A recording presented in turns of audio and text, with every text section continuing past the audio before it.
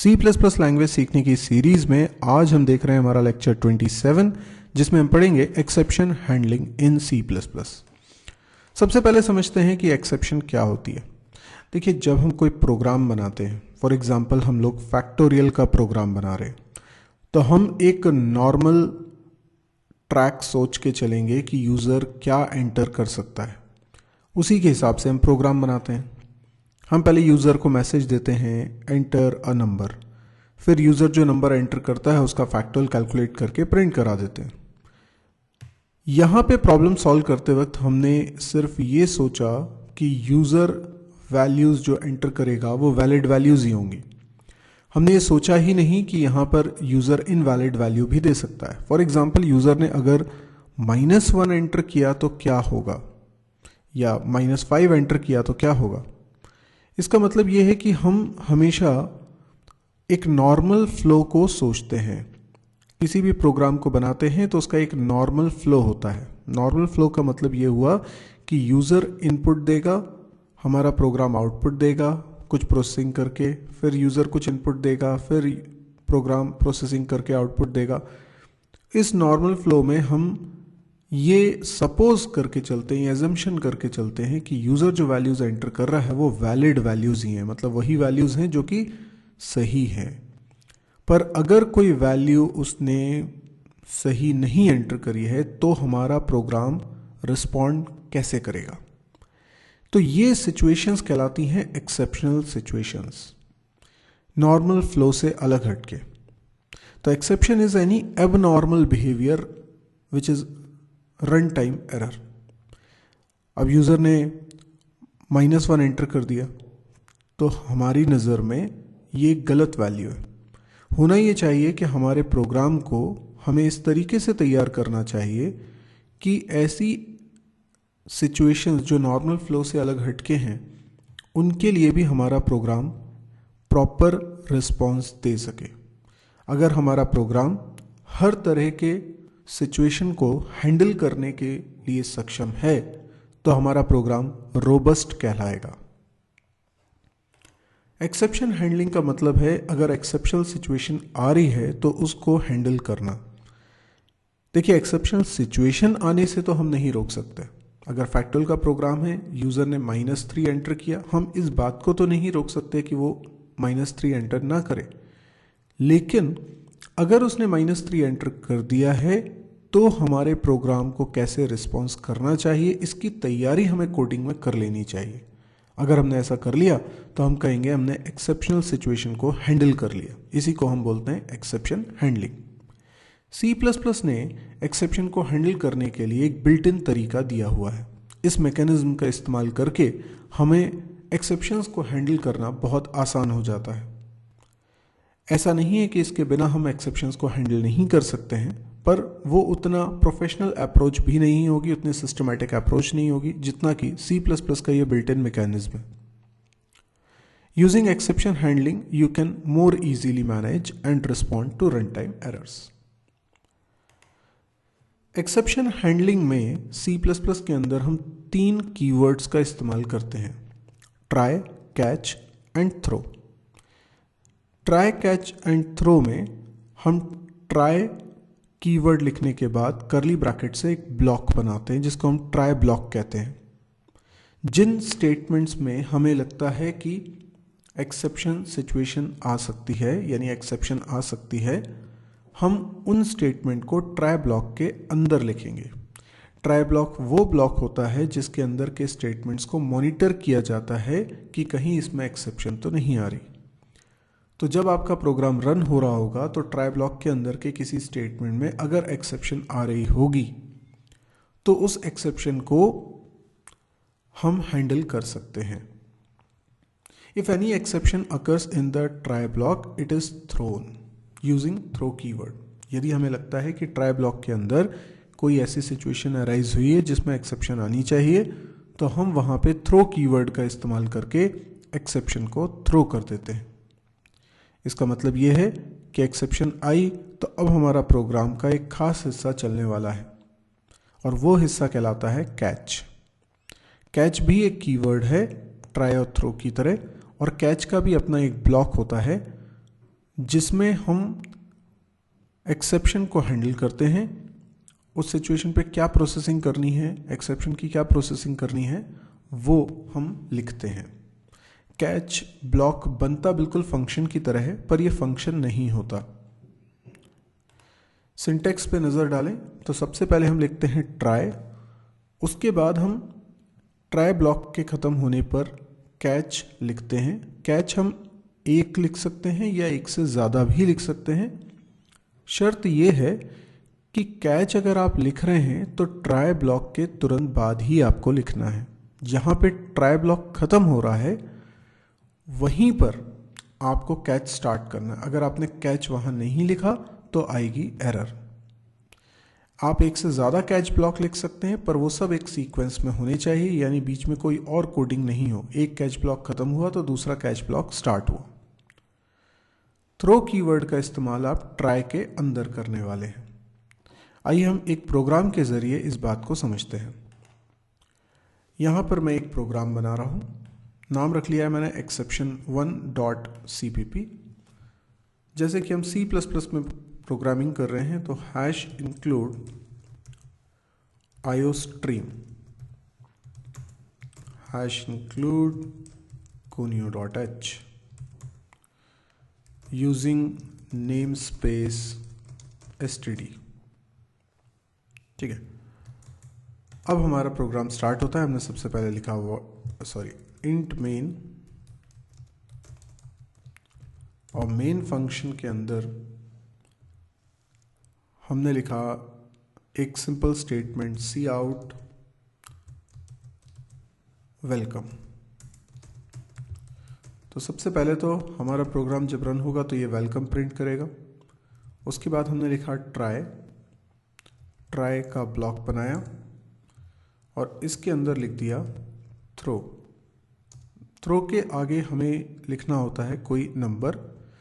ये नंबर भी हो सकता है, स्ट्रिंग भी हो सकती है, ये फ्लोट टाइप की वैल्यू, डबल टाइप की वैल्यू भी हो सकती है, कोई भी कांस्टेंट आपको लिखना है।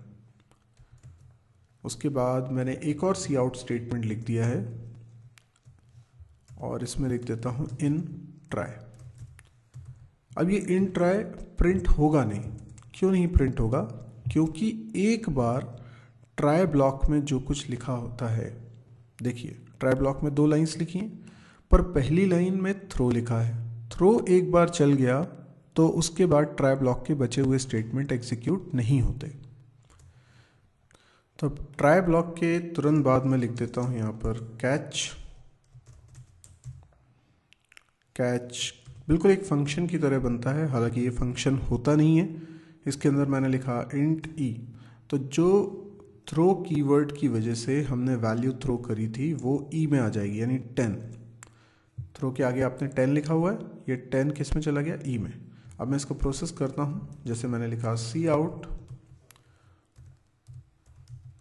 एक्सेप्शन नंबर और यहाँ पे लिख देता हूँ e की वैल्यू। ठीक है, अच्छा इसके बाद मैं एक और cout स्टेटमेंट लिख देता हूँ और इसमें लिख देता हूँ लास्ट लाइन।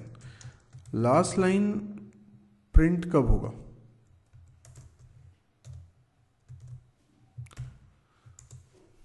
ठीक है, लास्ट लाइन कब प्रिंट होगा? इसको पहले कंपाइल रन करके दिखाता हूँ। लास्ट लाइन तब प्रिंट होगा जब कैच ब्लॉक चल जाएगा। अब देखिए आप, सबसे पहले वेलकम प्रिंट हुआ है, ठीक है, वेलकम प्रिंट होना चाहिए था। फिर थ्रो 10 चल गया, इसलिए इन ट्राई प्रिंट नहीं हुआ, और थ्रो 10 की वजह से आप आ गए कैच में, और कैच में क्या लिखा है? एक्सेप्शन नंबर और उसके बाद ई की वैल्यू दैट इज 10, इसलिए 10 प्रिंट हो गया, और उसके बाद कैच ब्लॉक के बाहर आ गए। ठीक है, अब सोचिए अगर मैंने ये कैच ब्लॉक नहीं लिखा, मैं इसको कमेंट बना दूँ। मैंने इसको कमेंट बना दिया। अभी क्या होगा? अभी मैंने कोई भी कैच ब्लॉक नहीं लिखा है, ट्राई लिखा है, थ्रो लिखा है। देखते हैं क्या होता है। पहले इसको बंद करूं, अब मैं रन करता हूं। ओके, ये एरर दे रहा है। ये एरर इसलिए दे रहा है, आप देख सकते हैं नीचे एरर मैसेजेस भी हैं। ये एरर दे रहा है बेसिकली ये एरर इसलिए दे रहा है कि आप कैच ब्लॉक नहीं लिख कैच ब्लॉक आपने नहीं लिखा है, ट्राई ब्लॉक लेकिन लिखा है। तो ट्राई ब्लॉक अगर लिख रहे हैं तो आपको कैच ब्लॉक लिखना पड़ेगा। अच्छा, अगर मैं कैच ब्लॉक लिखता हूँ लेकिन ट्राई ब्लॉक नहीं लिखता, सोचिए ये ट्राई ब्लॉक वाली लाइन पे इसको कमेंट कर देता हूँ, ठीक है। थ्रो लिख रहा हूँ, ठीक है। अच्छा, थ्रो भी नहीं लिखता, पहले एक बार बगैर थ्रो के करते। तो मैंने कैच ब्लॉक लिखा हुआ है, तो क्या होगा, तो भी एरर आएगी। यानी कैच अगर लिखना है तो ट्राई के साथ ही लिखना है। ओके, अगर मैंने थ्रो लिख दिया लेकिन ट्राई नहीं लिखा और कैच बनाया हुआ तो क्या होगा, तो भी एरर आएगी, क्योंकि कैच अगर लिखना है तो ट्राई के साथ ही लिखना है। अच्छा, अगर मैं कैच ना लिखूं लेकिन मैं थ्रो लिखूं, ठीक है, ये चल जाएगा।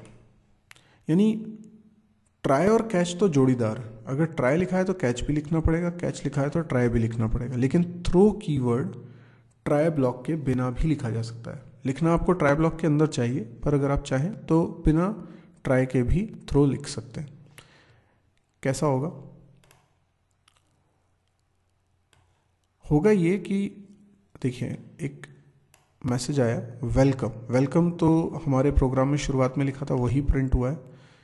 उसके बाद जैसी थ्रो 10 चला, उसके लिए कोई कैच बना नहीं है, तो क्या बोलता है वो, टर्मिनेट कॉल्ड। मतलब जब कभी थ्रो करने पर, एक्सेप्शन थ्रो करने पर कोई कैच उसे हैंडल नहीं कर रहा है, तो ऑटोमेटिकली एक टर्मिनेट नाम का फंक्शन है वो कॉल हो जाता है। टर्मिनेट एक फंक्शन है, वो कॉल हो जाता है, और वो टर्मिनेट फंक्शन अबॉर्ट फंक्शन को कॉल करता है, जिससे कि आपका प्रोग्राम एंड हो जाता है। ये उसी का रिजल्ट है। Exception 1.exe has stopped working, a problem caused the program to stop working correctly. तो हमें इस फोर्स है कि ये प्रोग्राम क्लोज करना पड़ेगा। तो प्रोग्राम में आगे की लाइंस नहीं चल पा रही। आगे की लाइन से मेरा मतलब है ये जो लास्ट लाइन वाला मैसेज हम प्रिंट करा रहे थे, ये मैसेज प्रिंट नहीं हो पा रहा है क्योंकि हमारा प्रोग्राम बीच में ही टर्मिनेट हो गया है। तो अगर हम प्रॉपरली हैंडल नहीं करेंगे तो बीच में ही टर्मिनेट हो जाएगा। अगर हम हैंडल करना चाहते हैं तो हमें क्या लिखना पड़ेगा, ट्राई, और ट्राई लिख रहे हैं तो फिर कैच भी लिखना पड़ेगा। अच्छा, ऐसा भी हो सकता है कि हम कैच तो लिखें लेकिन हम यहाँ इंट ना लिख के हमने यहाँ डबल लिख दिया। मेरे कहने का मतलब है कि हम जब थ्रो करा रहे हैं तो इंटीजर वैल्यू थ्रो करा रहे हैं, जबकि हम उसे कैच कर रहे हैं तो डबल टाइप की वैल्यू में। अगर ऐसा करोगे तो भी एरर आएगी। ये भी रन टाइम एरर है, यानी कि वेलकम तो प्रिंट हुआ, वेलकम प्रिंट होने के बाद अगेन क्योंकि जो थ्रो हुई है वैल्यू उसको कोई कैच हैंडल नहीं कर पा रहा, जो कैच है वो अप्रोप्रिएट नहीं है, वो मैच नहीं हो रहा है क्योंकि उस पर डबल टाइप की वैल्यू लिखी हुई है। और यहाँ पर आप देख सकते हैं कि हम 10 थ्रो कर रहे हैं विच इज़ इंटीजर वैल्यू, इसलिए ये वाला कैच नहीं चल पाएगा। तो होगा वही जो कैच नहीं लिखने पर हो रहा था, यानी टर्मिनेट फंक्शन कॉल होगा और वो आगे कॉल कर लेगा अबॉर्ट फंक्शन को। तो इस तरीके से हमें समझ में आया। अगर हम चाहें तो हम एक से ज़्यादा कैच ब्लॉक भी लिख सकते हैं। हम एक से ज़्यादा कैच ब्लॉक अगर लिखते हैं तो हमने इस तरीके से लिख दिया, और मैं तो इनफैक्ट यही कोडिंग इसमें भी लिख देता हूँ।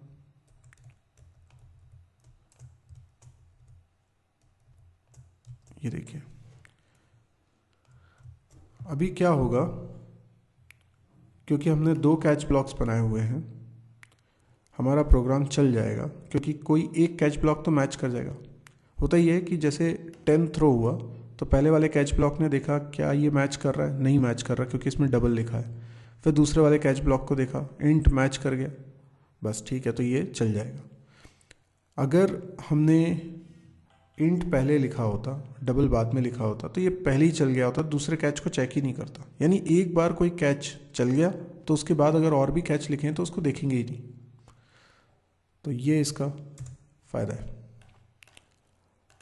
ठीक है। एक ही ट्राई ब्लॉक में हम हो सकता है बहुत सारे थ्रो स्टेटमेंट भी लिखें, अलग अलग थ्रो स्टेटमेंट है, और कोई इफ़ कंडीशन लगा के भी हम कर सकते हैं। जैसे मान लीजिए मैंने लिखा इंट आई साइन सम वैल्यू, ठीक है। और मैंने यहाँ पे कुछ कंडीशंस लगाई हुई हैं कि इफ़ i इक्वल्स टू 1 तो थ्रो हो जाए 10, ठीक है। और अगर मैंने लिखा इफ़ i इक्वल्स टू 2 तो थ्रो हो जाए 2। इनफैक्ट ऊपर 10 की जगह मैं 1 कर देता हूँ, ठीक है। एंड i की वैल्यू अगर 3 है तो थ्रो हो जाए 3। तो मैंने इस बार क्या किया, ट्राई ब्लॉक में 3 थ्रो स्टेटमेंट लिखे हैं। समझ लीजिए कि 3 अलग अलग सिचुएशन से इनमें से कुछ भी होता है तो थ्रो होता है। तो हम यहाँ पर जो कैच ब्लॉक बना रहे हैं, या तो हम एक से ज़्यादा कैच ब्लॉक बनाएं, लेकिन सभी में इंट टाइप की वैल्यू होनी है, तो हम ऐसा भी कर सकते हैं। हम यहाँ पे इफ़ लगा सकते हैं, इफ़, हाँ, या एक्सेप्शन नंबर यहाँ पे मतलब हम चेक कर सकते हैं कि ई की वैल्यू 1 है तो ये करो, ई की वैल्यू 2 है तो ये करो, ई की वैल्यू 3 है तो ये करो। अभी फ़िलहाल मैं सिर्फ एक्सेप्शन नंबर प्रिंट करा देता हूँ। इसको रन करते हैं तो देखिए ये एक्सेप्शन नंबर 3 प्रिंट कर रहा है, ठीक है। तो इस तरीके से हम मल्टीपल वैल्यूज़ भी थ्रो कर सकते हैं। अच्छा, अगर मैं ये चाहता हूँ कि यहाँ से जो वैल्यू थ्रो कर रहा हूँ वो है 1, यहाँ से जो वैल्यू थ्रो कर रहा हूँ वो है एक स्ट्रिंग, ठीक है, और यहाँ से जो वैल्यू थ्रो कर रहा हूँ वो है डबल टाइप की वैल्यू। अब ये 3 अलग अलग कैच बना के मैं इस बात को हैंडल कर सकता हूँ, या फिर मैं 3 अलग अलग कैच ना बनाते हुए यहाँ 3 डॉट लिख दूँ जो एलिप्स कहलाता है। अब मैं इसको चलाता हूँ तो अब क्या होगा कि इनमें से कोई भी होगा ये कैच कर लेगा। ओके, इस पर एक एरर मैसेज आ रहा है, एरर मैसेज को समझते हैं। In main int main function E was not declared. Okay, हमने ई का इस्तेमाल किया हुआ है, ई को यहाँ नहीं लिख सकते क्योंकि ई अब कुछ है ही नहीं। फाइन, ओके, लेकिन ये हमारा कोड चल रहा है, यानी जो भी हमने एक्सेप्शन नंबर लिखा हुआ था तो वो एक्सेप्शन नंबर प्रिंट हो रहा है। इसका मतलब ये कैच ब्लॉक चलेगा चाहे किसी भी तरह की एक्सेप्शन थ्रो हो, कोई भी वैल्यू, किसी भी टाइप की वैल्यू है। तो यहाँ पे एग्जैक्टली हमें टाइप लिखना ज़रूरी नहीं है। अच्छा, इसके अलावा अगर हम एक्सेप्शन थ्रो करना चाहते हैं और हम कोई वैल्यू एग्जैक्टली उसमें नहीं भेजना चाहते हैं तो दिस इज़ ऑल्सो पॉसिबल। ये अभी मैं कोड हटा देता हूँ, ठीक है। और यहाँ पर मैंने मान लीजिए लिखा हुआ है इंट। ये ज़रूरी नहीं है कि मैं यहाँ आर्ग्यूमेंट मेंशन करूँ, आर्ग्यूमेंट मेंशन करना बिल्कुल भी ज़रूरी नहीं है, आप सिर्फ इंट लिखते हैं। आर्ग्यूमेंट मेंशन करना तब ज़रूरी जब आप वैल्यू को रिसीव कर रहे हैं। अभी थ्रो से कोई वैल्यू भेजी नहीं जा रही है। अब मैं इसको रन करता हूँ तो आप देख सकते हैं इसमें लेकिन हो क्या रहा है। इसमें ये हो रहा है कि जब आपने थ्रो कीवर्ड लिखा है तो कोई वैल्यू नहीं लिखी है। वैल्यू नहीं लिखने से क्या होगा, पहली बात तो ये कि थ्रो कीवर्ड चल ही नहीं रहा है। थ्रो कीवर्ड क्यों नहीं चल रहा है, क्योंकि आई की वैल्यू अभी 1 है। तो ये तो पॉसिबल है कि थ्रो के आगे आपने कोई नंबर नहीं लिखा, देखिए कोई कंपाइल टाइम एरर नहीं आई, लेकिन आपने आई की वैल्यू 1 पे ये लिखा था तो ये चल ही नहीं पाया। ये चल नहीं पाया तो इन ट्राई चला, क्योंकि अगर थ्रो चल जाएगा तो नीचे की लाइंस नहीं चलेंगी ट्राई ब्लॉक की, लेकिन अदरवाइज तो चलेंगी। तो अभी तो सब कुछ नॉर्मली चल रहा है, कोई एक्सेप्शन नहीं आई। लेकिन अगर हम चाहें तो इस 1 की जगह इसको कर देते हैं 3, क्योंकि ऊपर आई की वैल्यू 3 है। अब मैं इसको रन करता हूँ प्रोग्राम को दोबारा। आप देख सकते हैं कि यहाँ पर अगेन वही सिचुएशन क्रिएट हो रही है। हमने थ्रो किया है पर कोई नंबर नहीं भेजा है, और जब नंबर नहीं भेजा है तो वो बोल रहा है कि टर्मिनेट हो गया है, टर्मिनेट फंक्शन कॉल हो गया है, क्योंकि कोई एक्सेप्शन एक्टिव नहीं है। मतलब थ्रो के आगे नंबर नहीं लिखने से प्रोग्राम तो टर्मिनेट हो जाएगा, आप उसे प्रॉपरली हैंडल नहीं कर पाओगे, आपके कैच ब्लॉक नहीं चल पाएंगे। अगर आप चाहते हैं कि आपके कैच ब्लॉक चलें तो आपको थ्रो के आगे डेटा भी लिखना पड़ेगा, जो एक्सेप्शन नंबर होगा, एक्सेप्शन की वैल्यू होगी।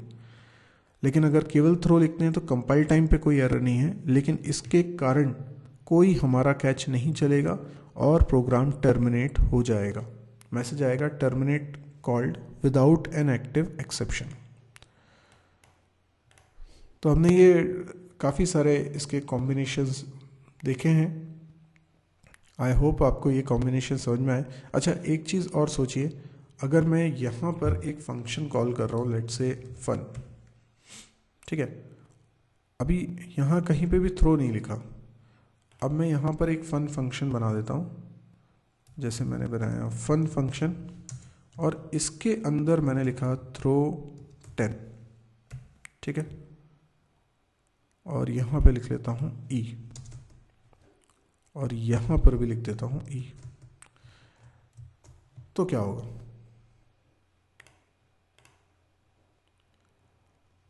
बिल्कुल ठीक है। इसका मतलब ये कोई ज़रूरी नहीं है कि आप थ्रो यहीं लिख रहे हो। थ्रो अगर किसी फंक्शन के अंदर आपने लिखा है और वो फंक्शन कहीं से कॉल हो रहा है, तो वो जहाँ से कॉल हो रहा है ना, उस फंक्शन कॉल को आप ट्राई ब्लॉक में रख दीजिए। तो फन फंक्शन के अंदर भी अगर थ्रो होता है तो वो इसी कैच में आएगा। तो आप इस तरीके से भी लिख सकते हैं। तो काफ़ी सारे कॉम्बिनेशंस मैंने आपको बताए। आई होप आपको ये समझ में आए होंगे। तो कैच के बारे में, when an exception is caught argument will receive its value, ये भी हमने देखा कि आर्ग्यूमेंट उस वैल्यू को रिसीव करता है जो थ्रो के आगे लिखी रहती है। If you don't need access to exception itself, specify only type in the catch clause. मतलब ये कि आप जब यहाँ से थ्रो 10 कर रहे हैं, पर आपको ये 10 का कोई यूज़ नहीं है, आप सीधे यहाँ पे ई हटा देते हैं, है ना, सीधे डेटा टाइप लिखा सफिशेंट है। अभी इस प्रोग्राम को अगर चलाएं तो ये भी चलेगा। पुराना वाला मैंने एंड नहीं किया है। अब मैं इसको चलाता हूँ तो देखिए ये भी चल रहा है, एक्सेप्शन नंबर आ रहा है, लेकिन नंबर की वैल्यू नहीं आ रही क्योंकि मैंने ई हटा दिया था। इसका मतलब अगर मैं एक्सेप्शन थ्रो कर रहा हूँ तो उसके आगे तो मैं नंबर लिखूँगा, लेकिन ज़रूरी नहीं कि मेरा कैच ब्लॉक उस नंबर को रिसीव करना चाहे। सिर्फ टाइप लिख के भी हम छोड़ सकते हैं। टाइप ज़रूरी है क्योंकि वो इन टाइप की वैल्यू थ्रो हो रही है, तभी ये वाला कैच चलेगा, वरना वो मैचिंग ही नहीं हो पाएगी। Any type of data can be caught including classes that you create. ये बहुत अच्छी बात है कि अगर आपने कुछ क्लासेस बनाई हुई हैं तो ज़रूरी नहीं कि आप यहाँ पे इंट टाइप की वैल्यू या फ्लोट टाइप की वैल्यू लिखो। आप हो सकता है स्टूडेंट टाइप की वैल्यू, स्टूडेंट कोई क्लास बनाई है, स्टूडेंट क्लास का ऑब्जेक्ट है S1, तो S1 भी लिख सकते हैं। तो किसी भी टाइप की वैल्यू यहाँ से थ्रो कर सकते हो और उसको कैच भी कर सकते हो। यानी यहाँ पर इंट की जगह पे मैं स्टूडेंट भी लिख सकता था अगर स्टूडेंट नाम की क्लास बनी है तो। थ्रो का जो जनरल फॉर्मेट है वो है थ्रो कीवर्ड लिखा, उसके बाद आपने एक्सेप्शन लिखा, मतलब एक्सेप्शन का जो भी नंबर है, जो भी वैल्यू है, चाहे वो नंबर हो, फ्लोट वैल्यू हो, डबल वैल्यू हो, स्ट्रिंग हो, कोई ऑब्जेक्ट हो, लिख सकते हैं। Throw must be executed either within the try block. मतलब आप जब भी थ्रो लिख रहे हैं तो या तो आप ट्राई ब्लॉक के अंदर लिखेंगे या ट्राई ब्लॉक के बिना भी लिखेंगे, लेकिन हम जानते हैं अगर ट्राई ब्लॉक के बिना लिखेंगे तो हम उसको हैंडल नहीं कर पाएंगे। तो या तो हम ट्राई ब्लॉक के अंदर लिखें थ्रो को, या फिर हम उस फंक्शन के अंदर लिखें, जैसा कि अभी मैंने एग्जाम्पल में समझाया। ट्राई ब्लॉक के अंदर या तो थ्रो लिखें, और अगर ट्राई ब्लॉक के अंदर थ्रो नहीं लिख रहे हैं तो उस फंक्शन के अंदर थ्रो लिखें जिसको हम यहाँ से कॉल कर रहे हैं, जैसा कि यहाँ हो रहा है।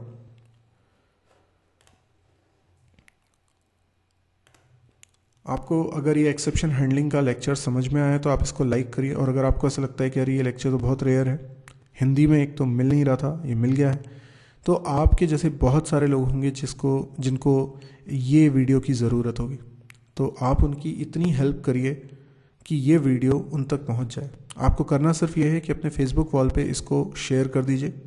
मैं जितने लोगों तक पहुंचा सकता हूं मैं पहुंचा रहा हूं, आप जितने लोगों तक पहुंचा सकते हैं इसको आगे स्प्रेड करिए, क्योंकि ये फ्री ऑफ कॉस्ट है, हिंदी में है, बहुत लोगों के काम का है, और मेरा मकसद है कि हम एजुकेशन को फ्री ऑफ कॉस्ट घर घर तक पहुंचा सकें। सबके लिए ये एजुकेशन बहुत इजी होनी चाहिए। तो आप भी मेरे इस मिशन में भागीदार बनिए, और यदि आप मेरे दूसरे वीडियोस को भी देखना चाहते हैं तो आप मेरी वेबसाइट पर विजिट करिए www.mysirji.com। यहाँ पर सारे वीडियोस के लिंक आपको मिलेंगे, ऑर्गेनाइज्ड फॉर्म में रखे हुए हैं, जिसमें दूसरी लैंग्वेजेस भी हैं, लाइक सी है, जावा है, PHP है। हम दूसरे सब्जेक्ट्स भी पढ़ रहे हैं, जैसे डेटा स्ट्रक्चर है, DBMS है, हम प्रोग्रामिंग एक्सरसाइज भी कर रहे हैं। तो आप इस वेबसाइट पे ये सारी चीज़ें पाएंगे, और लेटेस्ट अभी मैंने कौन सा अपलोड किया उसकी जानकारी भी आपको इसमें मिलती रहेगी। इसके अलावा आप इस चैनल को भी सब्सक्राइब कर लीजिए ताकि आपको जब भी कोई वीडियो मैं अपलोड करूं तो उसकी जानकारी तुरंत मिलती जाए। यदि आपको लगता है कि इसमें कुछ डाउट्स हैं तो आप कमेंट्स के ज़रिए पूछ सकते हैं मेरे से। आप मुझे व्हाट्सएप पे भी कांटेक्ट कर सकते हैं। Thank you.